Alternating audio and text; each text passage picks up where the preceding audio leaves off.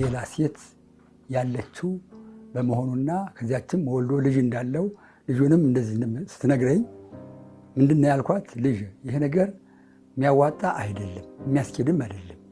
የዚያች ህይወት የተበላሸ ነው፣ ተበላሽቷል። ያ መማር አለብሽ አንቺ። እንደሚወዳት እንደሚያፈቅራት እኔ እሷን አጥቼ መኖር አልችልም። ከሷ ውጪ መኖር አልችልም። ህይወቴ ባዶ ነው። ህይወት የለኝም ከሷ ውጪ።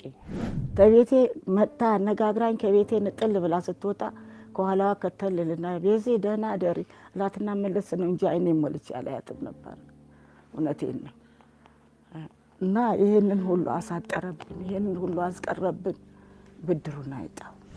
እንዲህ ነው አብርሃም እንደዚህ ነው ብላ አትነግረኝም። ግን እሷ ከፍቷት በምታደርገው ነገር ስልክ አውርታ በምታለቅሰው ነገር ይገባኛል፣ አውቃለሁ። በቃ በዚህ ምክንያት በኋላ ላይ መቆም ጀመረ። በፍጹም እንደዚያ የሚባል ነገር የለም። በፍጹም ጤነኛ ነች ልጅ። ያ እጢ ነው አንድ ወጥ ላይ ኦፕሬሽን ተደርጎ ወጣ፣ አለቀ።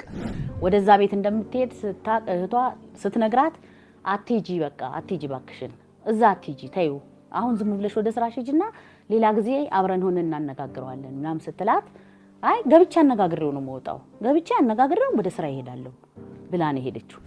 እኛ እንዲተዋት ስንጸልይ እሷ መልስልኝ፣ ህይወቱን አስተካክልልኝ ባክ እያለች ነው የምትለምነው። ስለ ራሷ አይደለም የምትጸልየው፣ ለሱ ነው የምትጸልየው። እኔ ነገር ስሰማ ማመን ሁሉ አልቻልኩም። የእውነት ማይታመን ነው የእውነት።